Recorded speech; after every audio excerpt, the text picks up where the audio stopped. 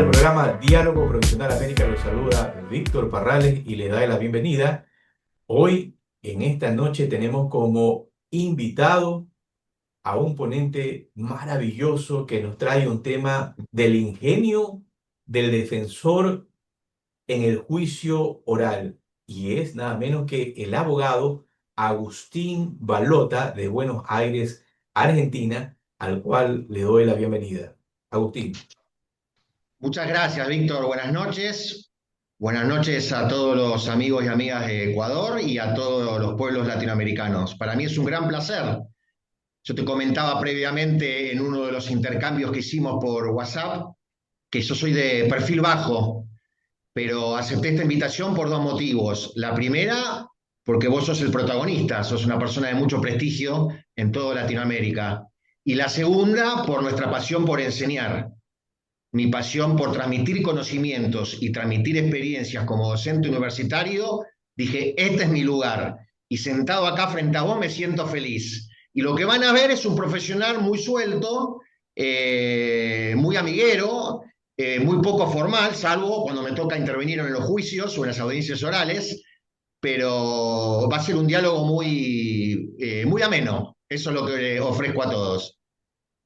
Muy bien, muchas gracias, Agustín, por tus palabras y antes que nada, gracias por haber aceptado la invitación al programa Diálogo Profesional América.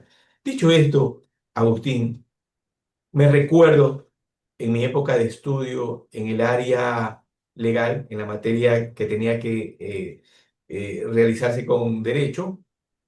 Me recuerdo que en la clase sentado adelante, el abogado inicia su clase con la siguiente frase. A ver, lo primero nos dice, lo primero que les voy a enseñar es a que ustedes tienen que decirle la verdad al abogado.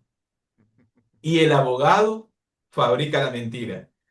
No lo digo así de claro, nos lo dijo tan claramente. Mira que a la edad que tengo, todavía me recuerdo muy bien, nos dejó a todos riendo el asunto.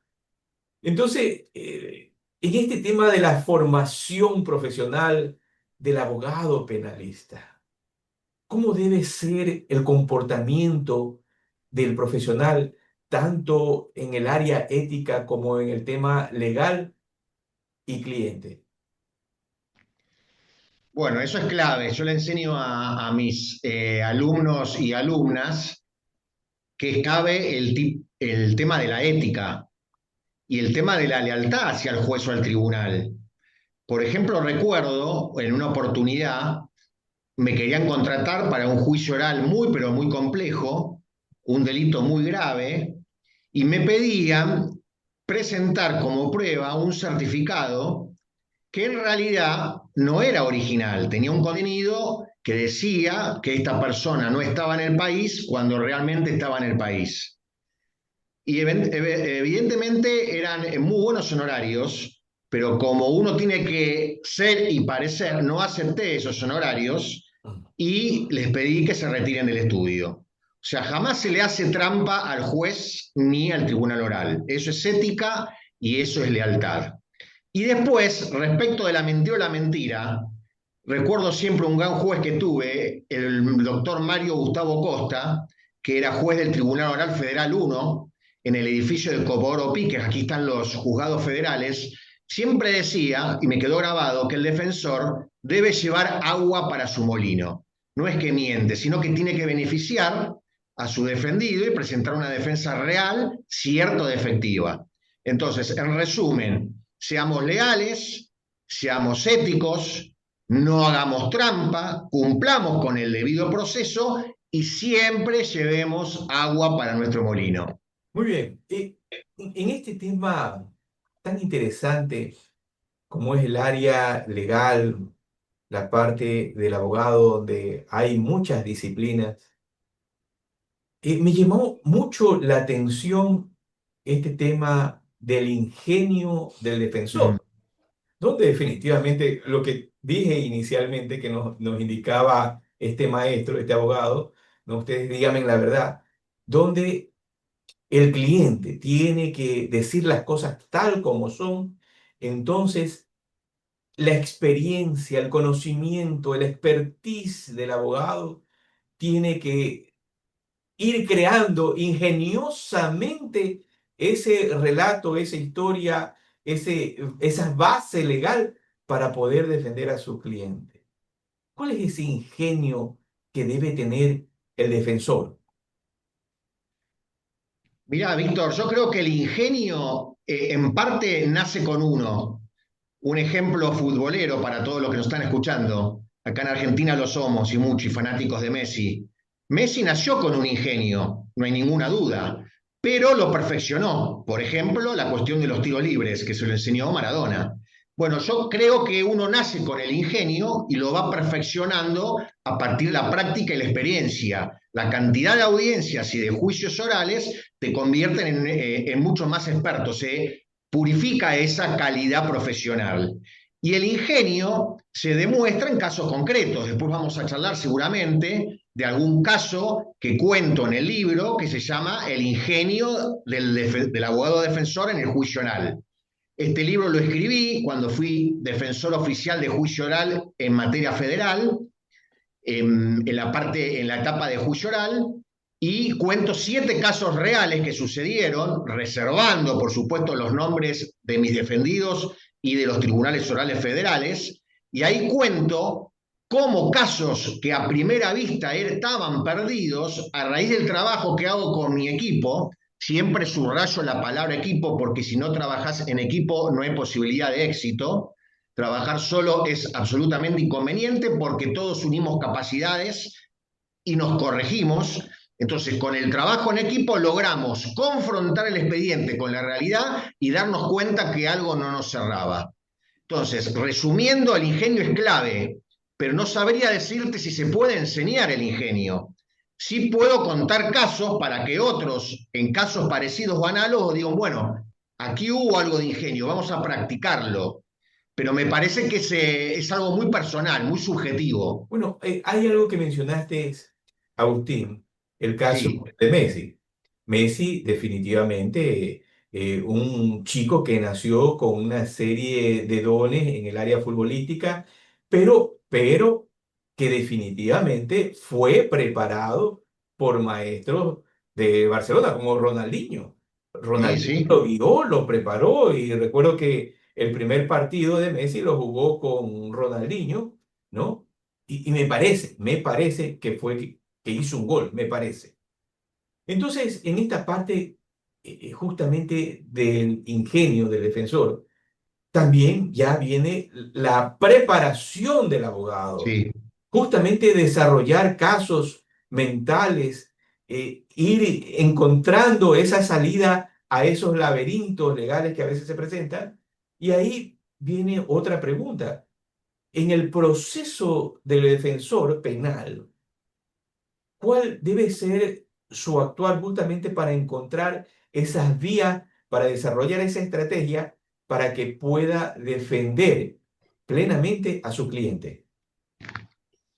Bueno, va a depender mucho, Víctor. Primero coincido plenamente en lo que dijiste de Messi o de otros jugadores. Yo creo que el tiempo te perfecciona y se ha convertido en el mejor deportista de todas las épocas, no tengo duda. No es porque sea argentino, ¿eh?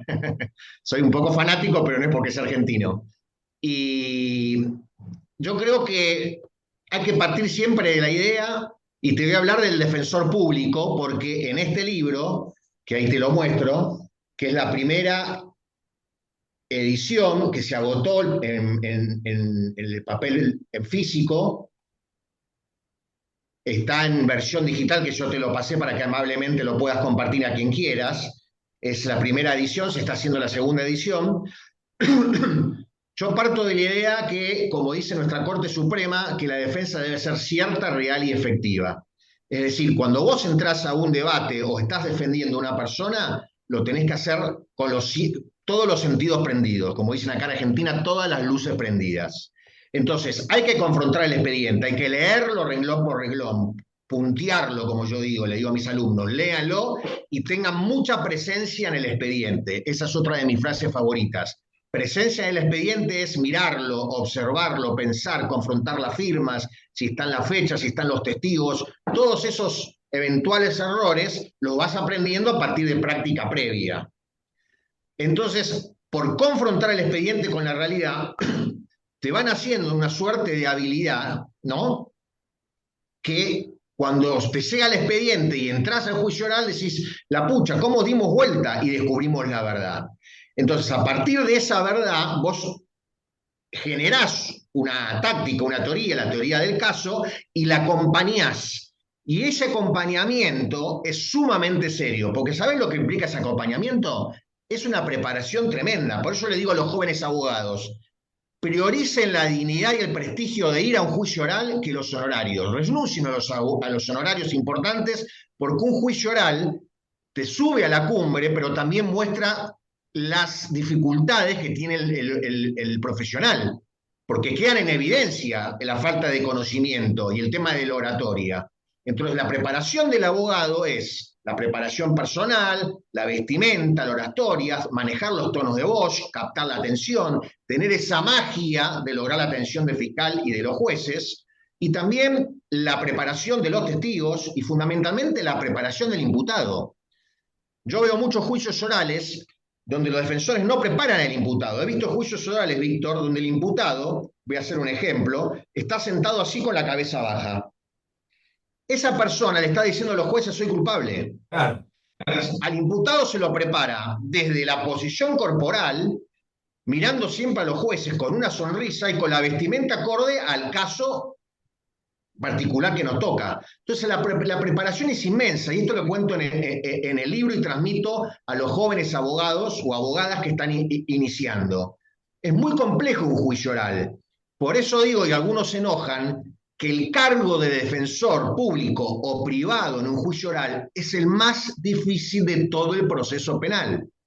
Y te lo digo con experiencia, porque yo pasé por todas las instancias hasta trabajar en una corte, la Corte de Tierra del Fuego. Empecé como meritorio, 14 meses, trabajé en casación, trabajé en corte, Cámara Federal, juzgado federal, defensoría de la Corte. O sea, tuve una larga trayectoria, gracias a Dios, y muy buenos maestros. Y el cargo de defensor, yo sostengo que es un cargo de ajedrecista, porque surge algo instantáneo en el proceso oral y vos no podés levantarte y decirle al juez, ¿me das 5 minutos para pensar? No, el defensor tiene que estar preparado. Lo que no ocurre con los jueces, que si bien en Argentina son muy capaces, pero después las sentencias la dictan en soledad con un conjunto de ayudantes. Yo estoy solo en un equipo, pero sé que tengo que representar y tengo que tener esa astucia, esa inmediatez de sacar algo de la galera para, por ejemplo, confrontar al fiscal o responder. Entonces, el cargo del defensor, lo insisto y lo subrayo en el juicio oral, es tremendamente difícil. Por eso yo le digo a los chicos y a las chicas que se preparen en todo sentido, que tomen clases de teatro, de vocalizar. El tema de la presencia es muy importante. Un abogado dice que la seriedad del abogado se ve por la boca, y es verdad. No hacer un planteo ridículo porque desprestigia todo tu defensa. Entonces, todo esto implica ir a un juicio oral y prepararse. Y yo también les digo algo que lo publico mucho en mi Instagram. Practiquen. Yo tengo 60 años, tengo muchos juicios orales y sigo practicando en el espejo. Y mi señora me mira, y mis hijos me miran, y me dicen, papá, vos estás loco. Y digo, Sí, no, muy porque bien. yo quiero ver cómo me recibe el otro, cómo me recibe la imagen. Y practico la boca, y practico las manos, cómo se colocan las manos en una oratoria. Entonces, son manías, obsesiones, a veces algunas dolorosas, porque a veces uno se está en lugares inadecuados, por ejemplo en la ducha, y uno está pensando en el alegato, qué va a decir el testigo y el fiscal si me puede contradecir, y cierra los ojos. Bueno, la preparación, cada juicio es una final del mundo. Agustín, antes de haber iniciado la grabación de la entrevista, te indicaba que habíamos coincidido en algunos temas, el tema de la educación, y ahora en este comentario que realizas justamente de la práctica del espejo. Y es lo que le digo a los chicos que trabajan conmigo y a veces en ciertas exposiciones.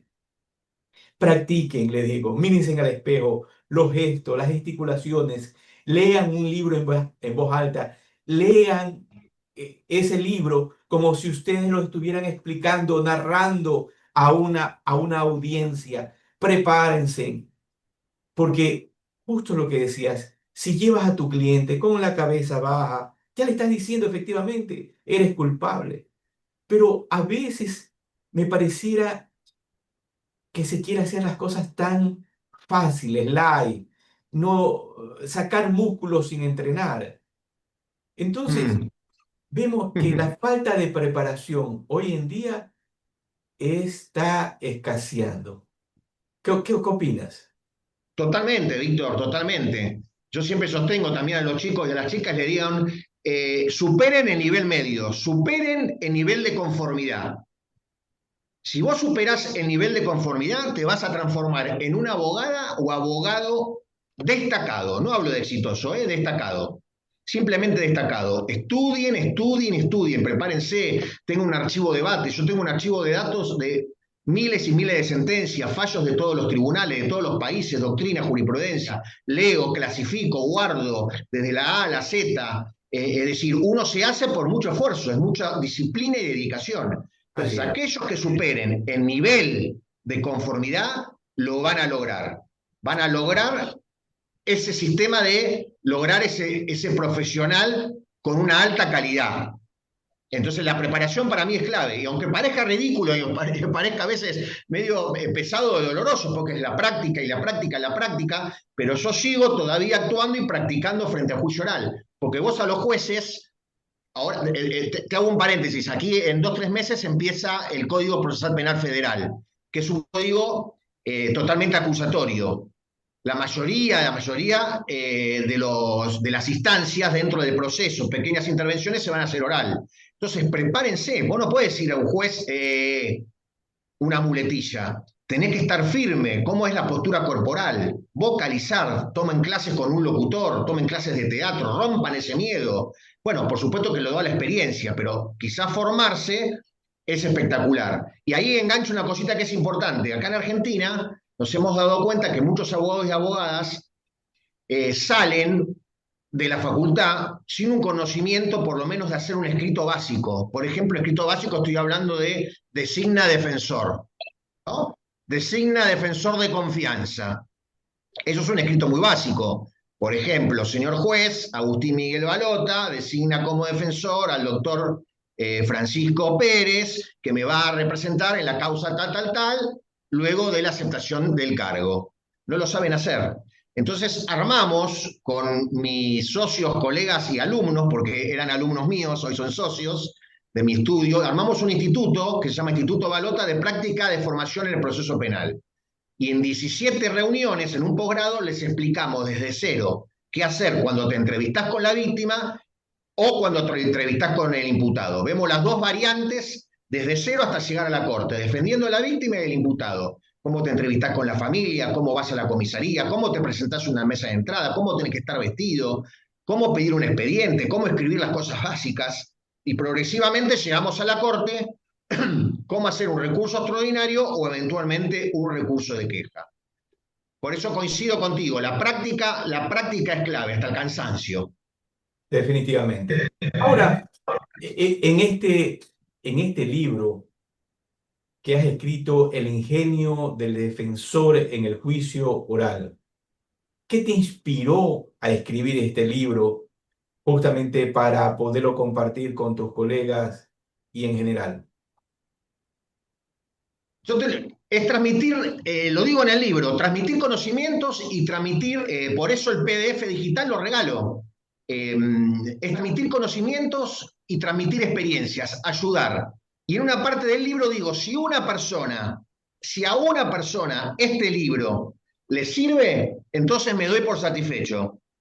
Y esa fue la finalidad, escribir, contar casos. Y después, ¿sabes qué me enteré, Víctor? Me enteré que es un libro, no lo busqué, es un libro inédito porque hay doctrinarios de talla, por supuesto que no les llego ni a los talones, pero por ejemplo, hay pocos libros sobre defensas penales. Está uno de Enrique Ferri, que se llama casualmente Defensas Penales, y otro que también se llama Defensas Penales de Jiménez de Azúa.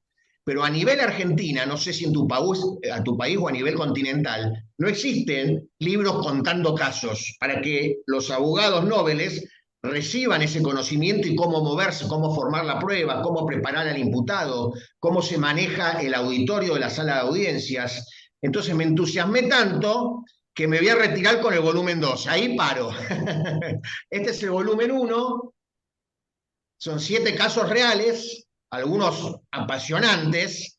Después los vamos, si querés, contar alguno. Y ahora estoy escribiendo el volumen 2 con la misma temática, otras experiencias y transmisión de otros principios rectores distintos al de volumen 1 y otros 7 casos reales, de los cuales 4 son con mi intervención como defensor público y 3 ya como defensor particular, representando mi estudio jurídico. Ahora, desarrollemos y hagamos unas dinámicas en el tema del ingenio. El ingenio, definitivamente, lo que pusimos como ejemplo de Messi, ¿no? Messi nace con estos dones, pero definitivamente tiene que prepararse y tuvo buenos maestros en el Barcelona. El ingenio. El, el hombre, el ser humano, nace con un ingenio, nace con esas ideas, nace con esas iniciativas. Pero ¿cómo lo desarrollas? ¿Cómo lo vas creando en el área legal, justamente para la defensa? ¿Cómo la vas afilando? ¿Cómo le sacas filo al hacha? Yo creo, Vito, que te vas nutriendo de otros. Yo de pequeño me pasaba algo muy curioso, que veía las películas y las resolvía antes, decía, el autor es este, entonces ese estaba, el ingenio estaba, esa destreza, esa habilidad. Y después me fui nutriendo con mucha lectura y con muchas experiencias de otros, donde dije, mirá qué persona ingeniosa, mirá lo que ha escrito, mirá qué sentencia rica en contenido jurídico, mirá qué bien lo han resuelto y han visto cosas que yo no veía. Yo leo, por ejemplo, le digo a los chicos que para purificar la escritura es muy importante leer fallos de la Corte Suprema. Nuestra Corte Suprema actualmente es muy prestigiosa y son fallos muy ricos a nivel penal y a nivel constitucional y a nivel de derecho procesal penal. Entonces, yo creo, para resumir, se nace con un hábito y se desarrolla y se nutre de experiencias ajenas. Entonces ahí creo que terminás cerrando ese ingenio que se demuestra en el libro. Pero ojo, no se entienda mal, porque algunos me decían, doctor, yo veo la palabra ingenio y es trampa. No, no, no es trampa, jamás se hace trampa. El ingenio es cómo logramos con mi equipo que llegaron casos, expedientes. La primera lectura dijimos, esta persona es indefendible. Y la segunda lectura dijimos, no, ojo, tengamos este detalle. Y ahí surge el ingenio y lo dimos vuelta con ingenio y dimos la prueba de que esas causas eran armadas, eran patrañas policiales.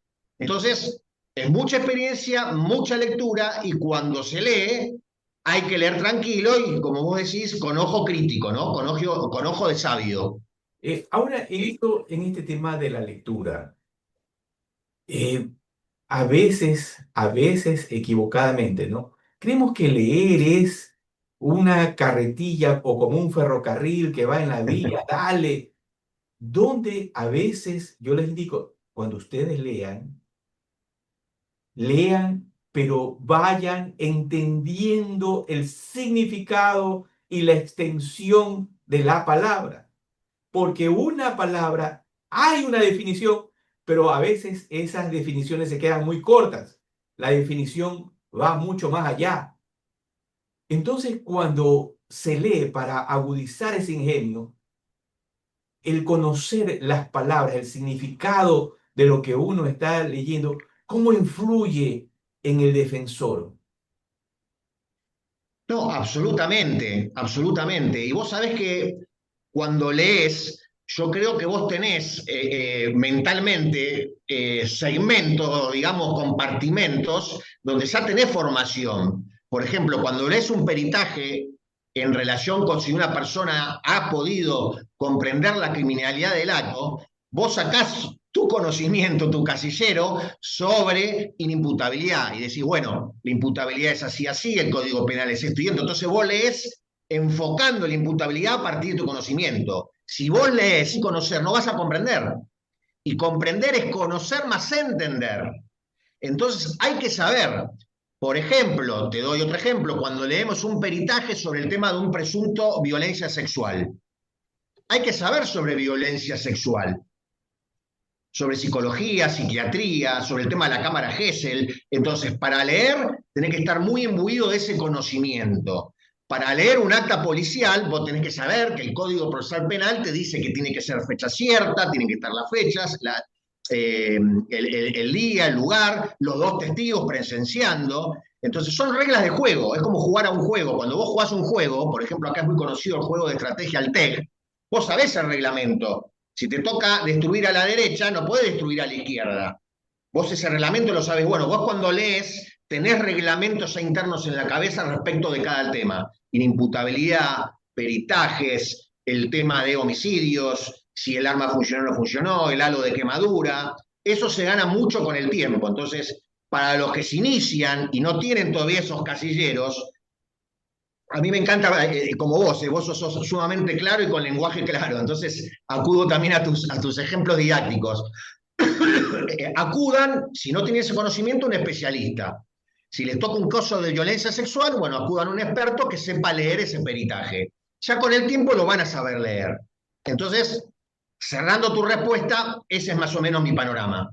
De joven iba transitando justamente por una de las calles, estudiaba en el Colegio Francisco de Orellana y venían otro colegio que se llamaba Eloy Alfaro. Entonces venían tres chicos, ¿sí? Yo iba solo y me comenzaron a agredir. Entonces viene otro joven, ¿no? Y le hace frente, defendiéndome, le hace frente a los tres chicos y los saca corriendo.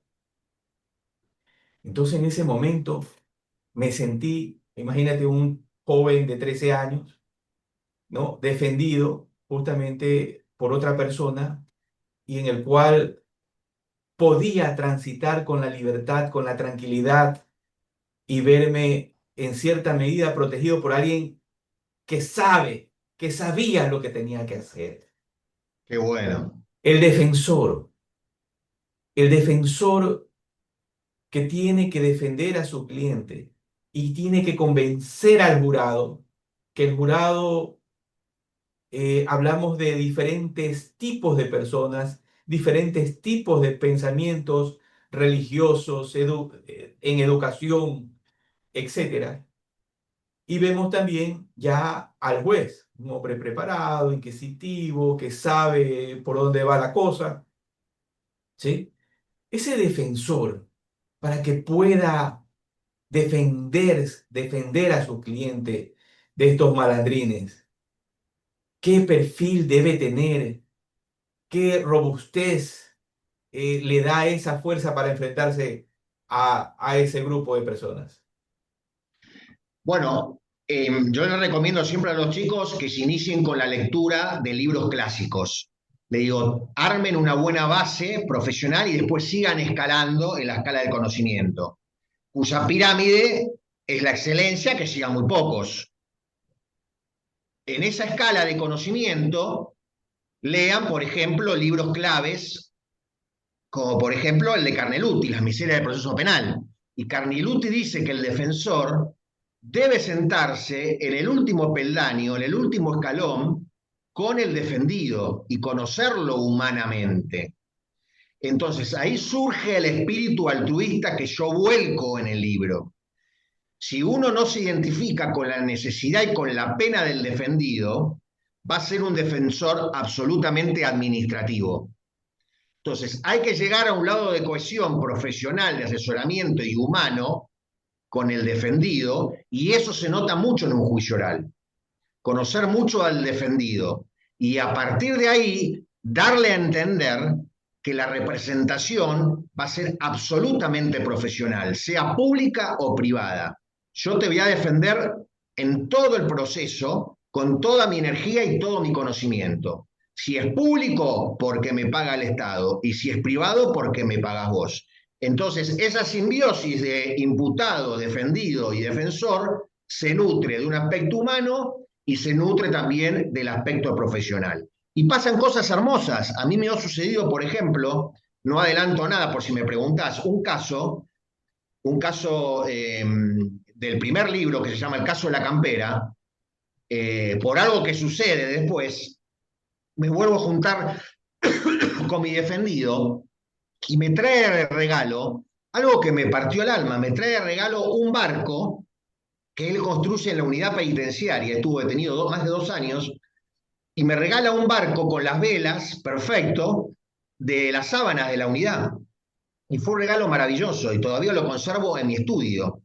Es decir, no es porque uno tiene que tener un reconocimiento o un regalo, no. Evidentemente le llegué al corazón, se sintió representado y él retribuyó con un regalo. Y me pasó con el primer juicio oral que lo cuento en el segundo libro. En mi primer juicio oral, hacía en el año 1993, Víctor, yo era muy joven, superaba los 25 años y había tanto trabajo en la Defensoría Oficial, había 6 tribunales orales federales y una sola defensoría. O sea, el legislador ahí se equivoca. Entonces me convoca el defensor de la Corte, el jefe de los defensores, yo tenía 26, 27 años, me dice, Balota, lo necesito. Sí, doctor, imagínate que te llame el jefe de los defensores, yo era joven. Cuando me senté frente a él dije, no sé, me suspenderá, ¿viste? Uno siempre se piensa lo peor. Me dice, lo necesito que me dé una mano con la defensoría, porque un defensor, hasta que salga una nueva ley, no alcanza. Y a mí me salió un sí, ¿viste? Eso sí, miedoso, pero dije, Agus, esto lo tenés que aceptar, porque es la manera también de crecer profesionalmente. El primer caso me toca una persona que yo tenía que sacar en libertad, tenía un antecedente, estaba confeso, es decir, para la gente que nos escucha, había confesado unas falsificaciones y unas estafas, tenía un antecedente y eso implicaba que la segunda condena sea de efectivo cumplimiento. Pero si lo condenaban a 3 años de prisión de efectivo cumplimiento, yo lograba ese día pedir la excarcelación y que salga en prisión. Tuve entrevista con él, le enseñé a declarar cómo debía vestirse, y cuando estoy saliendo, yo trato de, no soy así coloquial cuando trabajo, soy absolutamente serio. Y cuando estoy saliendo, esta persona en la unidad carcelaria, yo le cuento que es mi primer juicio oral, que le conté absolutamente toda la realidad, me agarra la mano y me dice, doctor, yo confío en usted. Bueno, se me hizo un nudo en la garganta y una presión tremenda, porque yo en ese juicio oral lo tenía que sacar, sí o sí.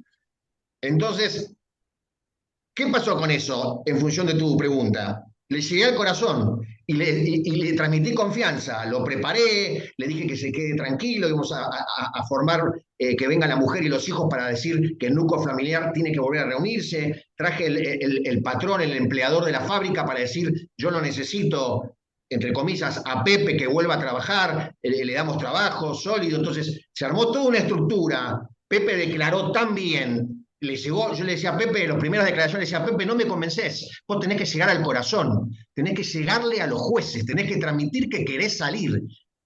4 o 5 entrevistas, y Pepe, en la declaración del tribunal oral, convenció a los jueces, con una declaración absolutamente natural. Y a Pepe lo condenan a 3 años de prisión de efectivo cumplimiento. Pido la excarcelación y ese día vuelve a su familia y a la semana siguiente lo visito en la unidad, lo visito en la fábrica, de sorpresa. Porque a mí me gusta estas cosas de estar presente y vivo así el derecho penal y vivo así la relación con mis defendidos. Y Pepe hizo todo lo contrario de lo que me gusta, todo lo contrario. Hay cosas que no soporto, es que destaque tu calidad profesional. Yo soy sumamente humilde, ¿viste? Tengo la frase, es el que no te vean llegar, el de la película del abogado del diablo, ¿viste? El abogado soberbio, que Al Pacino le dice, yo soy el dueño del mundo, soy el mejor abogado del mundo, tomo el subte y nadie me ve llegar. Bueno, yo soy, por eso, cuando me invitaste yo dije, por ser vos, por supuesto. Hizo todo, dije, no, no, no, no, Pepe, no hace falta, tomemos un café, dialoguemos con todos y yo me retiro. Bueno, eso es respondiendo, generar esa unión entre defendido y defensor. Ahora, hemos abordado un poco el tema del ingenio, el tema del defensor, justamente, cómo debe estar preparado y desarrollarse, algo que coincidimos, debe leer, debe instruirse. No es una cuestión de improvisación. Pero No, ahora, en este tema del juicio oral, para que aquellos que no son expertos y que no entienden sobre estas materias legales, ¿qué es el juicio oral? ¿Cuáles son sus ventajas y desventajas? yo no sé si es mi limitación profesional, pero no le veo desventajas. Yo me formé con el juicio escrito. Acá en Argentina había un código procesal que se llamaba el Código Barrio, que todo el proceso era escrito y había secreto de sumario. era muy inquisitivo y vos la prueba la ofrecías por escrito y la defensa la ofrecías por escrito y la sentencia era por escrito, apelabas por escrito y resolvía la Cámara por escrito. A partir de 1992, fin de 1992, acá irrumpe el juicio oral, que es el juicio con el tribunal oral, y más adelante en las provincias, creo que ya llevamos 14, 15 provincias de 24, adoptaron el juicio por jurado. Todavía nos faltan algunas provincias. Pero es fabuloso el juicio oral. El juicio oral es estupendo porque sale a la luz. En el juicio oral tenés la inmediación, la inmediatez con la prueba, los gestos, cómo vos interpretás si el tribunal va para tu lado o no, los gestos del fiscal, si está preocupado. Si está preocupado es porque el defensor es bueno. Entonces, no veo contras ni de juicio oral con tribunal oral, ni el juicio por jurado. A mí me parece absolutamente fabuloso y se destacan los profesionales, absolutamente. Entonces, en resumen, no sé si fui porque, mi opinión, porque fui muchos años defensor de juicio oral ante los tribunales orales federales en Comodoro Pi. Aclaro, para la gente que no está viendo, los tribunales orales federales intervienen en delitos federales, por ejemplo, corrupción, delitos contra la administración pública, funcionarios públicos, tenencia de droga, estupefacientes, tenencia de arma de guerra, etcétera, falsificación de documentos públicos. Entonces, las personas detenidas o no detenidas, imputados, que la causa se lleva a juicio oral, lo defiende un defensor de oficio. Ahí en los tribunales orales federales como Oropi, entre los años 93 y 96, me tocaba a mí esa función sagrada. Tengo que hacerte una pregunta muy delicada en este tema del área de la defensa del área legal. A veces el abogado creo que definitivamente le llegan cualquier tipo de clientes y le cuentan la historia que debe ser la verdad, como indicamos al inicio del programa. ¿Cuándo el abogado debe de alejarse de un caso y mejor dar un paso al costado y decir, no puedo? Es un tema sumamente delicado y lo conoces perfectamente y me parece bárbaro que lo preguntes. Y es un tema que cuando choca con tu ética o con tus creencias. Yo tuve, como defensor oficial, hay una suerte de objeción de conciencia. Por ejemplo, en un caso, te cuento, si te tocara defender como defensor oficial, acá hubo muchos juicios de lesa humanidad cometidos por la dictadura militar. Entonces, si vos sos defensor oficial y fuiste hijo de un desaparecido, yo creo que ahí podés interponer, plantear una objeción de conciencia que no tenés esa solidez mental y profesional para defender a un torturador. Entonces, ese es un caso límite. Otro caso límite puede ser la lealtad al tribunal, que yo te lo comenté, o no sé si te lo comenté, el tema del homicidio, que querían que yo presente un certificado de una persona que no estaba en el país, pero en realidad estaba, y el certificado era falso ideológicamente. Entonces yo le dije que se retiren del estudio, que yo esas cosas no las hacía. Trampa yo no hago, jamás, siempre soy leal. Y después me ocurrió un caso muy sensible, siendo defensor particular, me llegó una persona, me vino una persona acusada de un delito bastante grave relacionado con la violencia sexual. Entonces preferí no tomar el caso. Entonces vos como defensor oficial tenés muchas limitaciones para no tomarlo, salvo esta objeción de conciencia, o que haya contradicciones entre varios imputados y preferís que, por una cuestión lógica, que intervenga otro defensor por intereses contradictorios. Pero como defensor particular tenés más cintura. Yo he rechazado casos, entonces porque soy dueño de mi estudio y soy dueño de mi conciencia y de mi ética, entonces yo digo, hasta aquí llego. Entonces, como defensor particular, yo hay casos que no tomo. O, por ejemplo, casos de personas, de gobiernos, que hubo acá lastimosamente en Argentina, delitos relacionados con la corrupción. Hay casos muy emblemáticos que me lo han ofrecido por mi especialidad en juicio oral y no he tomado. Entonces, como yo le decía a los chicos, prefiero estar en la tranquilidad de mi estudio, compartiendo una relación de amistad con mis socios, amigos y exalumnos, que representar en juicio oral con los bolsillos llenos. Eso yo no lo elijo. Me recuerdo a una escena, justamente la escena de María Magdalena cuando está siendo acorralada y apedreada por algunas personas.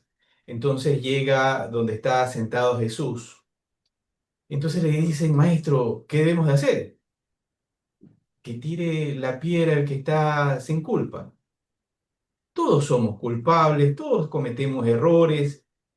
Todos cometemos en algún momento un desliz, sea por omisión, sea por desconocimiento, sea incluso meditado. Sí, pero lo cometemos esos errores garrafales que definitivamente a veces nos cuestan y nos pesan. Me recuerdo ahorita este CEO en Estados Unidos que estaba en un concierto de Coldplay y lo encuentran con otra funcionaria de la misma empresa y lo que se armó a nivel mundial. Sí, sí, Entonces, sí, nadie está exento, ¿no? Entonces, en algún momento vemos esos lo que clientes, se por ve. ejemplo, que por algún motivo cometieron el error de las drogas o de repente se equivocaron al decir algo, cometieron el error de hacer un comentario. Entonces, yo creo que desde ese punto, y me corriges, uno mide hasta dónde yo puedo llegar a defender. Caso contrario, es como el médico. Dice, no, yo a este no lo voy a operar porque es un violador. No, tiene que operarlo, tiene que curarlo. Sí. ¿Cuál sería tu respuesta respecto a esto? No, la diferencia, el médico tiene juramento hipocrático, que acá tengo a mi Claro, hija cerca que está en cuarto año de medicina y me enseña. Pero nosotros creo que la habilidad del abogado es también decirle no a ciertos casos. Yo prefiero la tranquilidad de conciencia. Yo hay ciertos casos, no como defensor oficial, porque defensor oficial defendí todos los casos que me han llegado a mi despacho. Pero como defensor particular, yo elijo algunos casos que me siento cómodo y otros que no. Y no creo que sea un cuestionamiento de decir, bueno, estoy violando el artículo 18, que todos merecen defensa real y efectiva. Bueno, va a conseguir otro abogado mejor que yo, seguramente, que lo va a representar. Pero el estudio Balota, ciertos casos, no toma. claro. Un ejemplo, en algunos casos, ¿no? En algunos casos a veces hay profesionales que por tratar de lucirse como el pavo real, hablan diferentes con aspectos técnicos y el cliente dice, "Ey, yo no te entiendo, ¿qué me estás hablando? No sé, háblamelo un poquito más suelto, más ligero para poderte entender". Entonces, en la materia legal, en el riesgo de la defensa excesivamente técnica y alejada del humano, ¿cuáles son, a dónde puede conllevar este tecnicismo y dejar un poco el tema humano, el tema tal como uno es personal? Yo creo que es como decíamos antes, Víctor, me parece que ahí rompes la relación defendido-defensor. Lo humano te acerca mucho. Entonces, vos cuando defendés a una persona, las emociones, los sentimientos y lo afectivo implica que esa persona se entregue y te crea. Acá hay un instituto que está muy, pero muy en boga correctamente, y sostenido muy fuertemente por la Corte Suprema de Justicia de la Nación y por nuestro Consejo de la Magistratura a nivel nacional, que se llama pautas del lenguaje claro. Yo esas pautas del lenguaje claro las empleo en los juicios orales, aunque un tecnicismo lo tenés que tener, pero fundamentalmente en la charla, en la relación con el defendido. Entonces, con el defendido bajo el tecnicismo, bajo al llano, sin un vocabulario vulgar, y le transmito todo lo que quiere saber. Le encuentro el juicio en este lenguaje coloquial. Entonces, esa genera lo que decíamos antes, la simbiosis, las creencias. El defendido, entre comillas, va a decir, este tipo habla mi propio idioma y se va a entregar y me va a defender. Entonces es clave ese lenguaje y esa humanidad, abrir el corazón, lo que decía Carneluti al defendido. A veces me ha tocado observar y también en el tema académico leer justamente personas que son muy ingeniosas, que le nacen esas chispas de ingenio, Mm. de no sabes de dónde, definitivamente no sabemos de dónde. Entonces, leía en algún momento el caso justamente de un japonés, dice, vengo a Latinoamérica Entonces el japonés, que era muy técnico, no le dice a uno de los ayudantes, esto de acá, ¿cómo lo podemos arreglar? Entonces él viene y le da una solución muy ingeniosa que el japonés se quedó entusiasmado, eh, se quedó boca abierta, vamos a decirlo así, ¿sí? Con el ingenio. Ahora, el ingenio, ¿hasta qué punto puede reemplazar la experiencia, la técnica en un defensor donde nacen esos chispazos de creatividad? Creo que van de la mano. Ingenio, inteligencia, destreza, conocimiento van de la mano. Si tenés todo eso y sos ingenioso, ahí rompes el nivel, te digo, de conformidad. El ingenio es la frutilla que cierra el caso. Porque todos, acá a nivel, te cuento a nivel Argentina, porque yo soy parte de la formación académica, del cuerpo académico de la Facultad de Derecho de la Universidad de Buenos Aires, que es de mucho prestigio. Tenemos abogados y abogadas de mucho prestigio, jueces de la Corte prestigiosos, de casación federal, de casación ordinario, abogados, o sea, el nivel jurídico es muy elevado. Entonces, si a ese nivel jurídico elevado le agregás ese ingenio, bueno, llegaste a ese límite de conocimiento que es destacado. No sé si llegás a la punta de la pirámide, yo todavía no llegué, Víctor. Ahí llegan los Zaffaroni, los Basigalupo, los Jiménez de Azúa, los Carrara. Yo estoy en vías, no creo que llegue porque no tengo esa calidad intelectual. Pero bueno, por lo menos intentamos romper ese término medio de conformidad. Pero yo quiero respondiendo a tu pregunta que es toda una cadena, un eslabón unido a otro eslabón. Ingenio, capacidad, estudio, destreza, disciplina, habilidad, formación, práctica, todo eso va de la mano y eso hace al defensor de juicio oral. En el fútbol, el director técnico, ¿no? Y aquí nuevamente una historia en el caso de Messi. Dice, Messi, a veces los locutores, los periodistas, lo ven a Messi que dice, se pone en media cancha, el partido ya inició, él no juega, se camina unos 2 minutos y él está observando el campo de juego. Una vez que lo ha observado, lo ha analizado, ya él ya sabe cómo funciona el asunto. Un tema ya de mucha experiencia, de mucho ingenio. Sí. En el tema del área legal, para, para construir esas estrategias donde el defensor debe pararse, analizar, ver toda esa cancha de juego, ver a todos esos actores, cuáles son las herramientas y las estrategias que debe el defensor construir para una defensa sólida de su cliente. Perfecto, Víctor. Yo creo que lo que vos dominás de Messi es fantástico, porque este muchacho maravilloso, único en el mundo, tiene una visión periférica extraordinaria, extraordinaria, y lo das cuenta en el Mundial cuando le da ese pase casi de espaldas a Molina en el gol contra Holanda.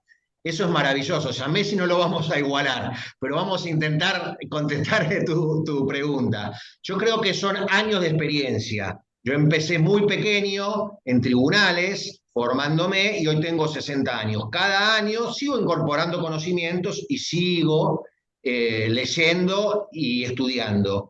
Yo creo que con los años se logra, sin ser Messi, esa visión periférica.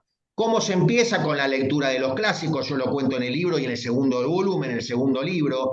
¿Cómo se empieza? Por ejemplo, en mi primer juicio oral, yo dije, tengo que conocer la sala de audiencia. Pedí permiso, dejé que me dejen solo, permítame estar solo, y me senté, miré visión periférica, dónde iba a estar el público, dónde iba a estar el tribunal oral, dónde iba a estar el fiscal.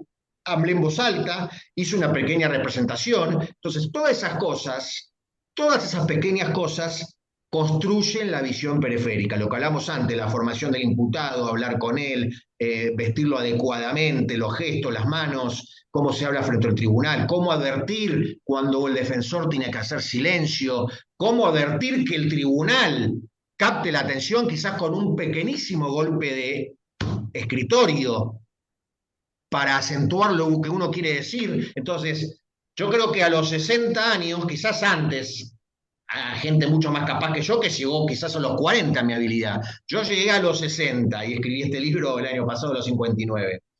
pero con el transcurso de los años se logra, haciendo todas estas prácticas, que son, te dije anteriormente, son pequeños tocs, son obsesivas, pero hay que hacerlas para lograr esa calidad profesional. En Netflix hay una serie que se llama Suite, que es de un buffet de abogados, y entre ellos está el principal, que es Harvey, ¿sí? Entonces, estuvimos hablando del tema del lenguaje corporal, el comportamiento del lenguaje, Sí. forma en que habla, etcétera, etcétera. Un ejemplo, en este momento, Agustín, que nos conocemos por estos medios, estas entrevistas que estamos realizando, un ejemplo, tu lenguaje, tu presentación, tu forma de narrar, le da la seguridad justamente a ese cliente que te quiere contratar. Pero a veces vemos un ejemplo en diversas áreas profesionales, en el área médica y específicamente en el área legal que estamos tratando, cuando hablamos con el abogado. ¿Usted qué opina? Sí, debemos de ver, todavía no nos apresuremos. Y abogado, esto, chuta, hay que sacarle las palabras y tal vez las ideas con pinzas, ¿sí? Hacer un esfuerzo. Entonces, donde ya me pone nervioso, donde no quiero que sea un parlachín el abogado, pero quiero que me muestre una seguridad relativa de que él sabe manejarse en la cancha de juego. Pero cuando no me da esa seguridad, ¿cómo debemos de observar a ese abogado en su lenguaje corporal, en la voz, la actitud, en la actuación como un defensor? ¿Sí? ¿Qué nos podrías decir? Yo creo que, Víctor, yo creo que cada ser humano es muy inteligente y sabe advertir frente a qué persona está dialogando. A mí me pasa enseguida. Estoy dialogando contigo, sé que sos un profesional extraordinario, que tenés un lenguaje y una llegada tremenda, que lográs esas entrevistas que yo me siento muy cómodo y es una entrevista muy cálida. Entonces, como me pasa a mí, también le ha pasado, por ejemplo, a mis defendidos. Por supuesto que yo en el juicio oral soy otra persona, pero cuando los recibo, sea un médico, he defendido médicos que son más fríos, entonces trato de entablar esa relación profesional para que lleguen a mí y abran su corazón. Pero yo creo que la mayoría de la gente cuando se sientan frente a abogado sabe frente a qué abogado la calidad profesional y personal de ese abogado. Por ejemplo, si yo ahora, en vez de estar derecho como corresponde por nacional del respeto hacia ti y hacia la audiencia, me pongo la mano así, entonces la audiencia va a decir, este hombre es algo liviano, el tema de modales. Entonces uno construye absolutamente ese perfil profesional. Desde el primer día que te recibís en la facultad, vos sos artífice de tu perfil profesional y te vas a recibir de defensor, ya sea público o privado, cuando entres a una sala de audiencia y se escucha un murmullo de silencio, un sonido profundo de silencio. Eso es el respeto al abogado. Uy, entró este abogado, tengamos cuidado, nos va a volver loco. Y eso es la máxima satisfacción que se puede lograr como un defensor. En el libro, justamente que has compartido estas historias en el área legal, ¿qué nos podrías indicar, y haciéndonos un resumen de las tres historias principales que más te llegaron justamente y que las puedes haber narrado en tu libro como experiencia, como casos prácticos? Bueno, yo les contaba que este es el primer volumen, ¿no? Ahora estoy escribiendo el segundo volumen que lo vamos a presentar el año entrante. El primer volumen son 7 casos reales que narro como defensor oficial, como defensor público, como defensor gratuito. Y son casos que me tocaron defender a partir de ese primer caso cuando superaba los 25 años, 26 años. A partir del año 1993, cuando se instaura aquí el proceso oral. El gran protagonista del proceso penal era el juicio oral. En estos 7 casos del primer volumen, cuento casos donde hubo mucho ingenio y mucho trabajo. la biblioteca se divide. Algunos opinan que les gusta tal caso, a mí me gustó más el caso. Yo voy a empezar por el primero, el que más me gustó. Después seguimos por en orden de prelación. A mí el que más me gustó es el caso que por una cuestión de lenguaje lo denominó el caso del Sutién. Reitero, yo era defensor oficial, tenía un equipo maravilloso, no solamente en el aspecto humano, sino en el aspecto laboral, donde tenía mucha ayuda de ellos, y se eleva a juicio oral a la Defensoría el caso de una mujer. Esta mujer, entre comillas, la vamos a denominar Susana. Susana un día volvía a su barrio, un barrio muy humilde, un barrio vulnerable, caminando por la vereda. En la vereda próxima, de enfrente, era una calle de doble vía. La policía sostiene que esta mujer llevaba en la parte de adentro de su suéter, escote en B, y dentro de su sutién, llevaba un bulto. Por esa razón, cruzan la calle y la detienen. Para contarle brevemente, y no soy muy técnico, aquí en Argentina para detener sin orden judicial tenés que tener motivos vehementes, razonables, objetivos. No es suficiente el olfato policial o la simple sospecha, porque si no caeríamos en la arbitrariedad o del poder policial. Entonces, acá estaba en cuestionamiento si el procedimiento penal, el policía tuvo la debida objetividad, razonabilidad para detenerla o no la tuvo. Ese es el caso que llega a la Defensoría. Empezamos a leer con mi equipo el expediente, y yo apenas lo leo, veo las fotos, veo las sustancias estupefacientes arriba de la vereda, sobre la vereda, veo sobrecitos de papel glacé que hacen el reactivo con sustancia estupefaciente, veo dinero de baja denominación como venta al menudeo, etcétera, etcétera. Y dije, qué caso complicado. Una segunda lectura, empiezo a leer, me interiorizo con el barrio y me interesa ver el escenario. Como era la entrada de un barrio muy vulnerable, le pido a uno de los custodios que me acompañe, era en invierno, me acuerdo que fui con un sobretodo, y me llevo dentro del sobretodo una cinta métrica. Yo quería analizar el lugar y medir de dónde estaba mi defendida, Susana, y dónde estaba la policía. Voy al lugar con la cinta métrica, medimos, y aproximadamente mi defendida estaba en la mitad de la vereda, digamos izquierda, levanto un poquito las manos para que la gente la entienda, a la izquierda, y la policía estaba a la derecha. En el medio estaba la avenida, 1 metro hacia adentro la mujer y 1 metro hacia adentro la policía. Entonces yo tenía que medir los 2 metros de la vereda más la avenida. Aproximadamente daban 11, 12 metros. Es decir, desde 12 metros, el policía, con vista de lince, vio que la mujer llevaba un bulto debajo de su corpiño. Me llamó severamente la atención y ya empecé a descreer en el procedimiento policial. Reuní a mi equipo, les conté lo que había visto y dije, chicos, acá tenemos que plantear la nulidad de la detención. Esto evidentemente es una trampa policial. Las trampas policiales para la gente que me está escuchando existen y son ciertas. Motivos hay varios. Esto no es de calificar a la policía ni a la fuerza de seguridad, solamente algunas manzanitas podridas. ¿Por qué se hacen? Porque quieren ganar prestigio, porque quieren tener más procedimientos, porque el oficial quiere ascender a oficial mayor, etcétera, etcétera. Y esos otros motivos que los dejo a la imaginación. Entonces, me entrevisto con esta persona, con Susana, le cuento lo que pasa, ella niega absolutamente, doctor, yo no sirve a nada, estaba ahí, los testigos vinieron después, yo no tenía absolutamente nada. Bueno, probamos que era una madre de familia de una zona de un barrio vulnerable, que hicimos un informe socioambiental, producimos toda la prueba para demostrar que esta persona no era cadena de narcotráfico.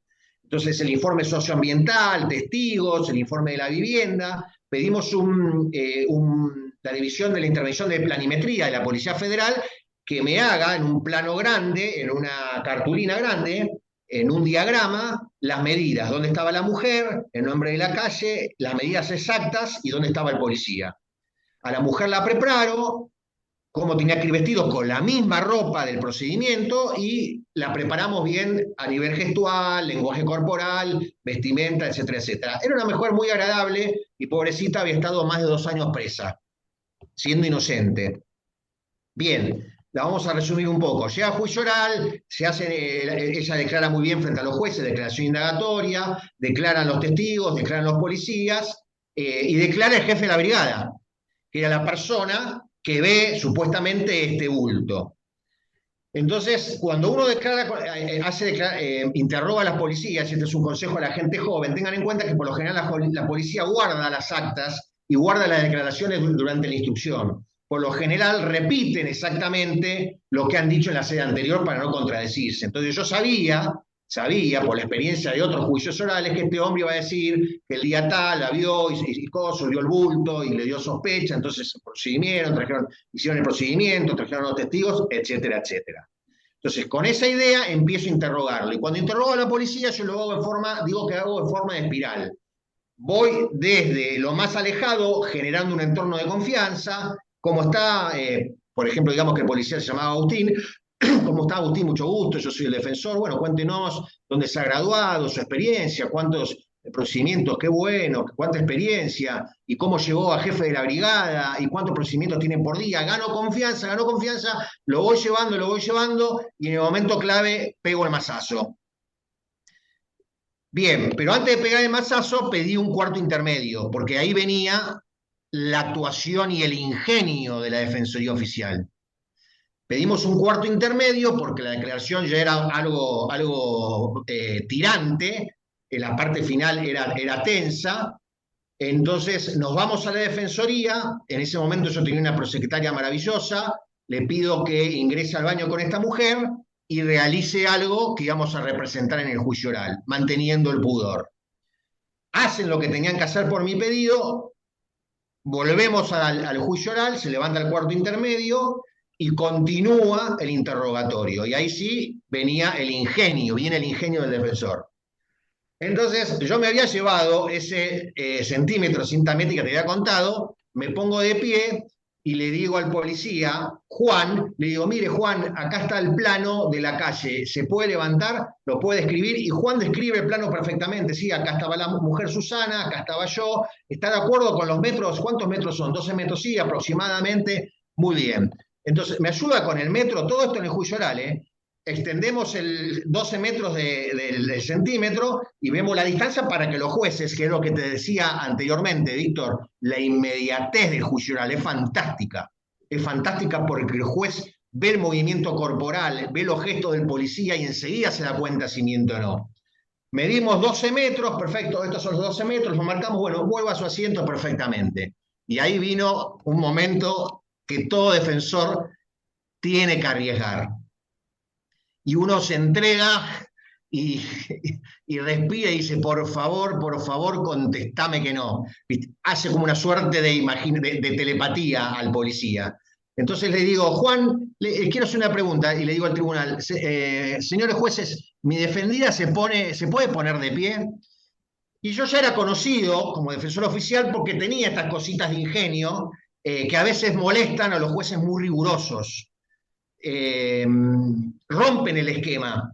Entonces, señor defensor, ¿qué va a hacer? No, señor del tribunal, le pido por favor, en función de la defensa del juicio, solicito que mi defendida se ponga de pie, guardando el pudor, consulta con otros jueces, bien, perfecto, que se ponga de pie. Bien, yo ya le había dicho a mi defendida, Susana, que cuando se ponga de pie, muestre primero al tribunal su vestimenta y después gire el eje y se ponga frente al policía, que estaba frente a nosotros. Entonces ahí viene la pregunta, y le digo, transpirando, porque como dice Messi, en todos los partidos de fútbol también se suele. Y le digo, Juan, ¿usted observa algo raro en la ropa, en la vestimenta o en el sutién de mi defendido? Y Juan me dice, no, es la ropa tal cual del procedimiento y no noto nada raro. Cuando dijo así, 3 segundos, dije, acá te agarré. Entonces, inmediatamente, sin dejar habilidad al defensor, no dejen pasar cuando los vientos ayudan, inmediatamente le digo al tribunal, señor presidente, ¿la autoriza a mi defendida a sacarse de cada taza del Tucien lo que tiene, del sutién? Señor defensor, el pudor, por favor, señor presidente, es clave. ¿Cómo no? Yo había instruido a mi defendida cómo sacárselo y al momento de sacárselo, que ahora voy a contar, que lo extienda a las manos y los muestre, no escondida. Por eso todo se prepara, Víctor. Y esta mujer saca de cada taza 2 bollos de papel de fotocopia tamaño A4, que es más o menos el tamaño de mi mano.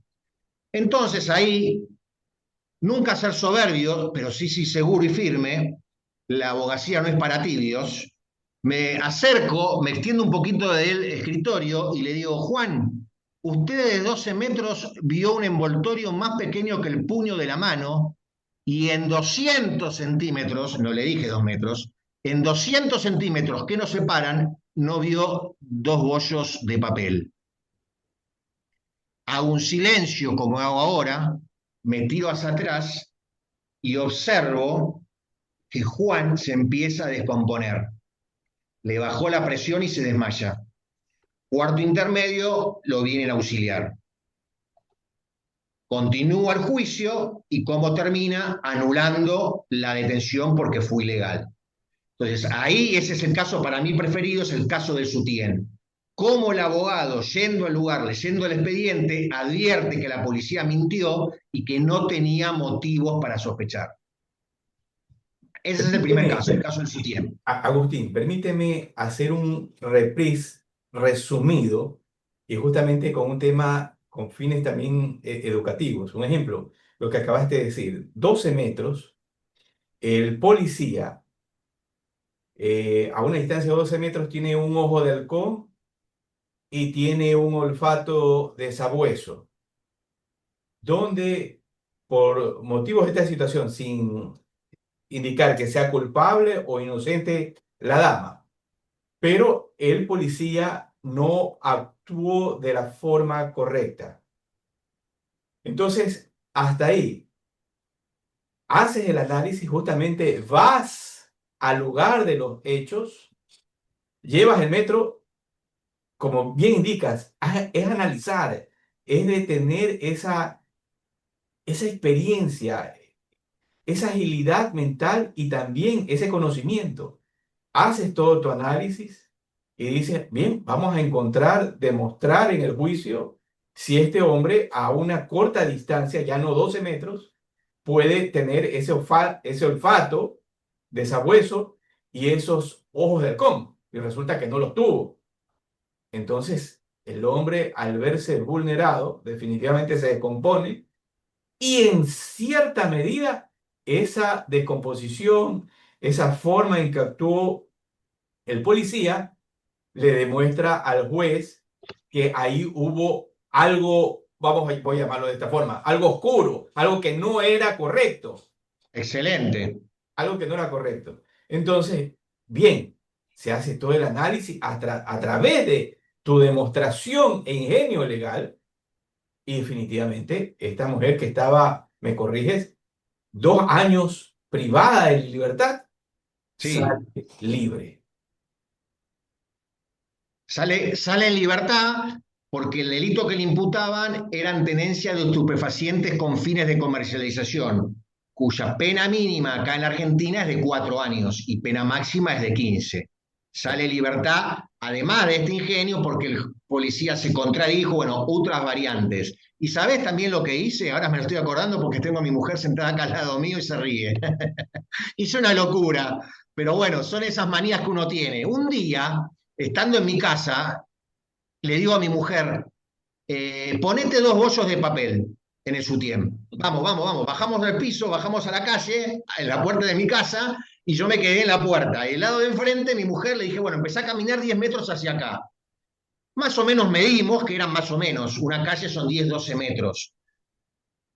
Y yo veo y no veía nada, no veía nada, no veía si había bulto, no veía ninguna absoluta deformidad. Le digo, no, acá pasa algo raro, eso antes de ir a medir al lugar del hecho. O sea que esa creatividad y esa obsesión, que a veces son pequeñas, entre comillas, locuras insoportables, en un caso ayuda mucho. Pero este es el caso real que sucedió, fue el caso de Sutien, de Susana, que después de 2 años y meses de estar presa, siendo inocente, porque no tenía nada, evidentemente le habían puesto la droga, salió a libertad. O sea que la Defensoría cumplió con su deber, más allá de ser una defensoría gratuita. La defensa en juicio, yo sostengo y lo remarco, lo dije antes, Víctor, es sagrada. Cuando te embisten del cargo, eso es sagrado y tenés que prepararte para responder a esa garantía constitucional. Este es el caso del Sutien. Muy bien, a muchos hombres y mujeres, a veces en nuestra vida profesional nos han inspirado libros, series, novelas que hemos visto en nuestra juventud o películas que en algún momento impactaron en nuestra vida. ¿Qué lo inspira o qué lo ha inspirado a Agustín Balota a justamente formarse y buscar ser un profesional de excelencia? ¿Qué película, qué obra, qué libro te inspiró, Agustín, a seguir esos caminos? Sostengo siempre que a mí la lectura me da una satisfacción enorme. Quizás para uno fumar, quizás para otro tomar un trago de una gaseosa. Para mí la lectura es una satisfacción. La lectura en soledad, leer y clasificar, es una satisfacción enorme. Por supuesto que le robo, y lo digo en mi agradecimiento del primer libro, mucho tiempo a mi familia. Pero bueno, es mi pasión. Me marcó muchos libros que yo decía al principio, libros clásicos. Yo empecé con la lectura porque tuve muy buenos jefes en el Poder Judicial, muy buenos magistrados, también clásicos, y muy buenos profesores académicos. Tuve profesores de lujo. Por ejemplo, en la facultad eh, fui, eh, estuve en la cátedra del doctor Malamud Gotti, que fue asesor del doctor Alfonsín. Estuve en la cátedra del doctor Zaffaroni, en la cátedra del doctor Elber, otro genio. Eh, en la cátedra del doctor Ricardo Caballero. O sea, tuve jefes de lujo muy, pero muy sabios y me formé muchos de ellos, mucha lectura. Y después mucha lectura de los clásicos. He leído a Carneluti, Carrara, Jiménez Azúa, La miseria, El elogio de los jueces de Pietro Lero, un libro fantástico. Ángel Osorio, que da el decálogo de los abogados y los ejemplos, mucho de ética judicial. Esa fue mi formación periférica. Después fui más a la especialidad, pero me quise formar sobre cómo debe actuar un juez, un defensor, esos roles que describen tan mágicamente Pietro Lero y Carneluti y Ángel Osorio. Muchísimas obras clásicas. Después leí también René Floriot, el libro Errores Judiciales, que es un libro fantástico, que describe en 7 o 8 capítulos errores judiciales graves, que suele haber, que por suerte tenemos la Corte Suprema para repararlos. Entonces, todos esos libros clásicos me han formado. Y después me impactó mucho la película que la doy a mis alumnos, que son 12 hombres en pugna, que es el jurado de un juicio oral, la película vieja, porque hay dos versiones. Como un solo jurado, bueno, no quiero spoilear, como un solo jurado hace pensar al resto, eso puedo decir nada más. Esa película me pareció fantástica y la recomiendo, pero recomiendo la primera versión. Entonces todo eso me inspiró. Y después me inspiró mucho mi tío, Marcelo Balota, ya fallecido, fue juez del juzgado de instrucción número 8 hace muchísimos años. Y a los 15 años me regaló el manual de Derecho Penal Parte General de Fontal Balestra. Y me lo leí de pe a pa, y ahí dije, yo tengo que ser penalista. Me apasiona la carrera penalista.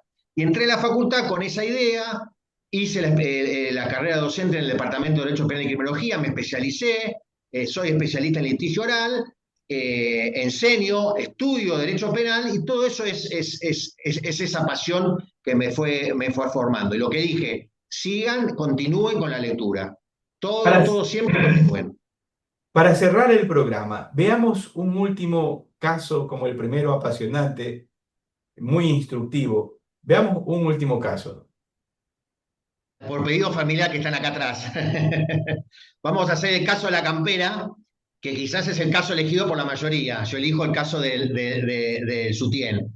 El caso de la campera, quizás lo expolié antes, es el caso del barquito. Después les cuento qué pasó. El caso de la campera se trataba, vamos a ponerle nombre de Julián, vamos a poner el nombre de Julián de este chico. Julián era un chico adicto a estupefacientes y manejaba un taxi. Y todas las noches recurría, o de noche de por medio, a comprar las sustancias estupefacientes a un pub, acá que se dice boliche, regenteado por ciertas autoridades policiales, con cargo. No cargos elevados, pero sino cargo de brigada. Y cada vez que tenía que ir a comprar, pagaba una suerte, entre comillas, de alquiler. Un día, Juan va a comprar, no paga ese alquiler y lo detienen. Le colocan las esposas, él estaba con una campera Levis de corderito, todo el mundo la debe conocer, de tener presente, todavía existe, y lo ponen boca abajo con unas esposas y también, como el caso de Susana, sustancia estupefaciente al lado para que le vean los testigos, ¿no? Sobrecitos de colores, dinero también de baja denominación, etcétera, etcétera. Y lo clave es que al momento de tener este muchacho gritaba, esto no es mío, esto no es mío, esto no es mío, esto no es mío, esto no es mío, me están haciendo una trampa, etcétera, etcétera. Bueno, ese caso, resumidas cuentas, llega a juicio oral al defensor oficial. Cuando tenía dinero, nos corresponde a la defensa estatal. Lo entrevisto a Juan y Juan, como Susana, me niega. Y me cuenta la verdad. Yo le digo, mira, Juan, yo necesito que me digas la verdad. Vos dijiste algo muy importante al principio, como pasa con los médicos. Si vos al médico le mentís que te duele la garganta, pero en realidad tenés un dolor en el estómago o tenés un dolor en el costado, podés llegar a tener una apendicitis, porque te va a medicar para el dolor de la garganta. Yo le dije, Juan, contame la verdad. Quizás con este entorno, este emblema o esta representación que yo tengo de llegar a la gente y ser, entre comillas, creíble. Juan me cuenta la verdad, que consumía estupefacientes, que era un consumidor no adicto, sino habitual, y que iba a este lugar y compraba. Y ese día había pasado esto y esto y esto. Bueno, como siempre hacemos, vamos al lugar, conocemos el lugar si hay alguna cámara, no había cámaras, entramos al bar, vemos el lugar, vemos la calle, él había dejado el taxi estacionado para comprar, después se iba. Y lo que hago también, me entrevisto con los testigos. Por supuesto, no para insinuar nada, sino para ver lo que escucharon. Y uno de los testigos ratifica que sí, que cuando Juan había sido detenido, cuando él llegó con esposa, gritaba, me lo están poniendo, esto no es mío, esto no es mío. Que eso es muy importante porque Juan ya declaraba su inocencia desde el comienzo. Y veo, llega el expediente y lo estudiamos minuciosamente.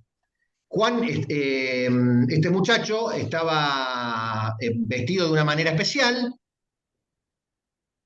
y llamó a la novia y le preguntó dónde estaba la campera, porque le preguntó a Juan y Juan no la tenía.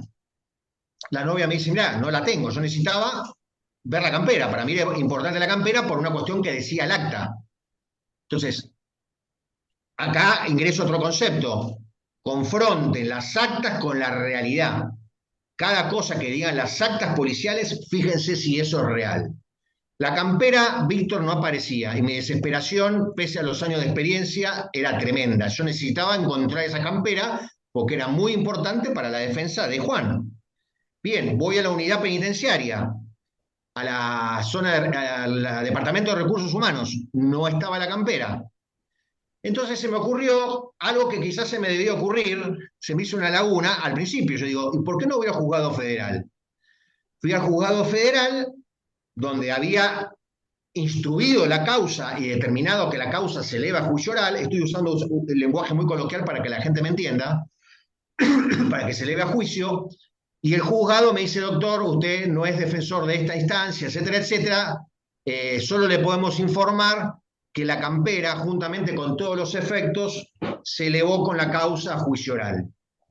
Bien, ya era tarde, al día siguiente, voy al Tribunal Oral Federal, eran 6 tribunales orales, voy a uno de ellos, pase doctor, soy la defensora ante los 6 tribunales orales, o sea que se genera un diálogo, una relación coloquial, porque intervengo todos los días frente a los 6, intervenía todos los días frente a los 6 tribunales, y pido ver la campera y los efectos. Viene la campera y efectivamente era esta campera Levis de corderito. Y cuando veo la campera, advierto algo muy importante para la defensa. Entonces vuelvo a mi defensoría, reúno a mi equipo y digo, chicos, esto es lo que vi. Ofrezcamos la prueba del testigo que lo ve, que escucha a Juan gritar, traigamos a los policías porque cuando hay una mentira es muy difícil de coordinar, siempre va a haber alguna contradicción, porque ahí, del mismo caso que el Sutién, debían demostrarle al tribunal por qué lo detienen. ¿Cuál fue el motivo que determinó saber que Juan tenía esa droga? También estaba en duda la detención, la requisa de Juan. Bien, ofrecemos toda la prueba, lo preparo a Juan. Juan era una persona muy, pero muy sensible, lloraba fácil. Le dije, el juicio te vas a encontrar con los policías que según la teoría del caso te hicieron esto, tenés que estar firme, vos sentarte al lado mío, pedís el agua que necesites, yo te voy a contener en todo momento, a quedarte asunto. Bueno, Juan se entregó a mi profesionalismo. Llega el momento del juicio oral, lo vamos a hacer breve, lo voy a resumir, declaran los testigos todos y declara este policía que es el jefe de la brigada que detiene a Juan. Los motivos de detención y comenta que Juan era el famoso gitano, era un narcotraficante que estaban buscando hace mucho tiempo. Entonces yo le pregunto si lo estaban buscando hace mucho tiempo, si hicieron tarea de inteligencia. No hicieron tarea de inteligencia. Si pudieron captar algún teléfono para intervenir. No captaron ningún teléfono, con lo cual se cae esa teoría de que era un personaje peligroso, que lo estaban buscando. ¿Hay videos de Juan vendiendo estupefacientes del gitano? No hay videos. ¿Hay seguimientos sobre Juan? No hay seguimiento. O sea, ya los jueces se empezaron a acomodar, mirando con entrecejo y mirándome más a mí con cara de empatía que al fiscal. Y llegó el momento clave. Previo al juicio, le pido al tribunal si le puede entregar la campera a Juan y ponérsela. Entramos al juicio, hago un poquito de retroceso y Juan se coloca la campera. Y llega el momento clave y repasando, remarcando lo que dije, que la policía por lo general siempre repite lo que dice en la primera instancia. Entonces llega la pregunta clave. Según el acta de secuestro, señor presidente, si la podemos leer, a fojas tanto, dice en el párrafo tanto lo siguiente, y el presidente lee, dice que la sustancia estupefaciente fue incautada del bolsillo interior de la campera de jean con el corderito marca Levis. Muy bien, ¿ratifica el acta, señor policía? Sí, ratifico el acta, reconoce su firma, por supuesto que la reconozco, muy bien. En la sala de audiencias, ¿ve a alguien con esa campera? Sí, su defendido tiene la campera. ¿Es la misma campera que tenía el día del procedimiento? Desde luego, señor defensor. Yo siempre con cordialidad, jamás maltrato a nadie. Cuando tengo la verdad, soy muy humilde y muy tranquilo. Muy bien, del mismo caso que Sutién, le pido al tribunal, este era otro, señor presidente, Juan ya sabía, ya estaba instruido, ¿se puede parar Juan? Juan se para. Y como Juan temblaba, yo en estos casos yo también me paro con él. Porque es una manera de contenerlo y decirle, yo estoy al lado tuyo, quédate tranquilo. Por supuesto, con un gesto adulto, no lo abrazo, ni es un partido de fútbol, la sala de audiencias es sagrada. No se festeja, ni se festeja luces mediáticas, absolutamente. Es un lugar absolutamente sagrado. Entonces me paro al lado de él, me abrocho el traje y me pongo en posición firme. Miro al presidente y le dice, señor presidente, por favor, ¿puede permitir que Juan se abra la campera? Pido permiso, Víctor, para hacer el gesto para que se note mejor. Rompo un poco las reglas de protocolo. Entonces Juan estaba instruido que al momento de abrirse la campera debía extender de forma amplia, en toda su amplitud, la campera. Juan abre la campera, como yo estoy abriendo mi traje, y no tenía bolsillo interno. Entonces le pregunto al policía, ¿y el bolsillo interno? Bueno, y el policía no se descompuso, pero por eso no, pero estaba el bolsillo, pero estas camperas no tienen bolsillo interno. Ya habíamos conseguido un informe que las camperas así de corderito David no tenían bolsillo interno. Bueno, y ahí resumidas cuentas, con el ingenio y con el trabajo del equipo de la Defensoría, logramos que este chico, este muchacho taxista, salga en libertad. Y ahora viene lo que les conté. Al poco tiempo regresa a la Defensoría. Cuando un defendido, no todos regresan, pero cuando un defendido regresa, uno dice, la pucha, algo bien hicimos. Nos trae de regalo ese barquito y me comenta que con un socio iba a abrir un pequeño emprendimiento, como un pequeño venta de mercadería de comer, pizzas y empanadas. Y yo le dije, Juan, llamalo Libertad al emprendimiento. Bueno, Juan dijo, bueno, perfecto, le voy a llamar Libertad. Nos dimos un abrazo, guardé para siempre el barquito y nunca más lo volví a ver a Juan. Ese es el caso de la campera, que para muchos es el más lindo e ingenioso de los 7 casos que cuento en este libro. Excelente. Agradecemos al abogado Agustín Balota de Buenos Aires, Argentina, por haber compartido este tema muy interesante y de mucho ingenio, el ingenio del defensor en el juicio oral. Y les recomendamos poder adquirir el libro, adquirirlo y le vamos a preguntar justamente al autor dónde lo pueden adquirir o cómo lo pueden solicitar los abogados y el público en general. Agustín. Víctor, la primera edición se agotó, el libro físico se agotó. Ahora estamos con la editorial Autores Argentinos haciendo la segunda edición, haciendo una tirada de 200 libros. Así que tienen que tener un poquito de paciencia. Está el libro digital, que es la versión digital idéntica a esto, idéntico, la tapa contra tapa en versión digital. Me pueden escribir @Agustín Balota OK, que es mi Instagram, o también a @Instituto Balota. Y ahí lo solicitan. Excelente. Para cerrar el programa, como es de costumbre, ¿cuál sería tu mensaje para el público en general sobre este tema del ingenio en el juicio oral? Yo les diría a los estudiantes de abogacía y a los abogados y abogados que recién se inician que no se desanimen.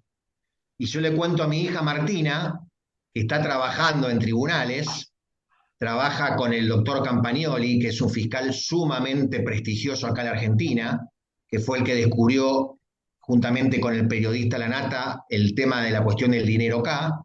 Es un fiscal de lujo, muy reconocido, muy prestigioso. Y yo le digo a Martina que no desespere porque yo empecé igual. Mi primer día en una defensoría oficial, yo tenía 20 y pico de años, me dijeron, Agustín, ¿podés ponerle el cargo al escrito? Y en esos momentos, allá por el año 86, 85, 87, era una máquina que vos ponías el escrito y la máquina sellaba como si fuese un reloj, ponía el día y la hora. Y yo no sabía poner el cargo, yo no sabía qué era. Es decir, no se desanimen, comiencen con humildad, pregunten todo y con mucho estudio, mucha preparación, mucha disciplina que lleva muchísimas horas, van a poder llegar al lugar donde quieran llegar. Reiteramos nuestro agradecimiento al abogado Agustín Balota de la ciudad de Buenos Aires, Argentina, por haber aceptado la invitación al programa Diálogo Profesional América. Agustín. Para mí ha sido un placer, Víctor, un placer conocerte. Gracias por permitirme tutearte. Gracias por tu calidad humana. Gracias también por tu ingenio, por tu forma de entrevistar, porque creo que es la entrevista que a mí me gusta, amena, humana, de corazón a corazón, sin tecnicismos y sin dar cátedra. Mirá que he visto muchos catedráticos en juicio oral, tratando de enseñar a los tribunales orales. Y es un error, al tribunal oral no se le enseña nada, por algo son jueces. Al tribunal oral se va con humildad, planteando cuestiones breves. Entonces me sentí sumamente cómodo, rompí mi esquema, el que no me vean venir, hoy me vieron, no sé si me seguirán viendo porque soy muy de perfil bajo, pero me sentí sumamente cómodo, Víctor. Ya nos conoceremos personalmente y nos daremos un afectuoso, un cálido abrazo. Así será, así será. Gracias, Agustín. Gracias también a todos. Nos veremos en un próximo programa. Bye bye.